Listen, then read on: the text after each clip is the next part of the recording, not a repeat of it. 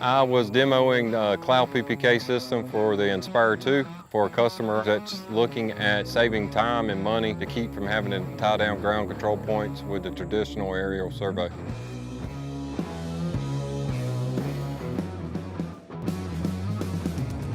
All your lights are on now. You got the red power light, you got the green GPS light, you have the data light that's there.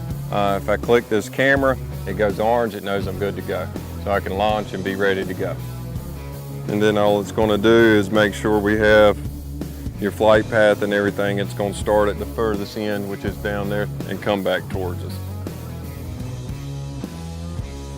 So I'll let it sit here 2 minutes, and if you come back, when you come back, if that red power light is on the fault, you know somehow you've lost connection in the air between the power supply and the box.